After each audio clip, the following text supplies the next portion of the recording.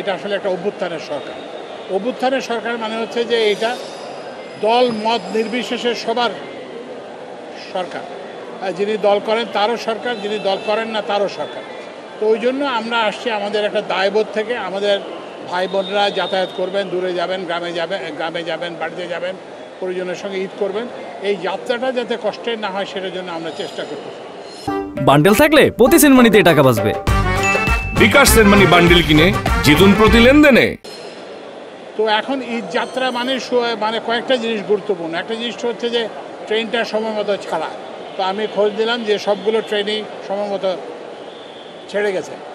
আরেকটা জিনিস হলো আপনারা দেখবেন যে আমি গতবার যখন এখানে এসেছিলাম তখন এখানে অনেক ময়লা ছিল। তো আমাদের ওই যে মেঘনা গ্রুপ থেকে ওনারা কতগুলো বিন দিচ্ছেন এবং এর ফলে আমরা এখন দেখতেছি যে এখানে পরিচ্ছন্নতা অনেক বেড়েছে এবং আপনারা সবাই কিন্তু ওই যে যা কিছু ময়লা সেগুলো বিনে ফেলবেন এবং আমরা পরিষ্কার করব। এরপরে আমরা আরও দেখছি যে বেশি ভাড়া আদায় করা হচ্ছে কিনা। তা আমরা একটা দুইটা ওই যে সায়দাবাদ বাস টার্মিনালে আমরা দুইটা জায়গায় আমরা একটা জায়গায় গ্রসলি আর একটা জায়গায় সামান্য বেশি ভাড়া দিচ্ছে। তো দুই ক্ষেত্রেই আমরা ওই যে প্যাসেঞ্জারকে টাকা ফেরত দেওয়ার ব্যবস্থা করছি এবং যে ক্ষেত্রে বেশি অনিয়ম হয়েছে সেখানে আমরা 5,000 টাকা লাল সবুজ পরিবহন বলে একটা পরিবহনকে ম্যাজিস্ট্রেট ছিল আমাদের সঙ্গে, ম্যাজিস্ট্রেট 5,000 টাকা জরিমানা করতেছে।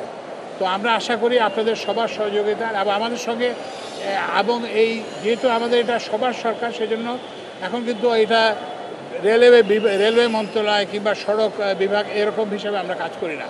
আমরা এখন সরকার হিসেবে কাজ করি এবং সরকারের বাইরেও যারা বেসরকারি খাতের পরিবহন মালিক, সমিতির যারা নেতৃবৃন্দ, রাজনৈতিক নেতৃবৃন্দ সবার সঙ্গে আমরা একযোগে কাজ করতেছি যাতে করে এই সবার এই যাত্রাটা ভালো হয় এবং আনন্দের হয় এবং তারা হয়রানির মুখে না পড়েন এবং তারা যাতে বেশি ভাড়া দিতে না হয়।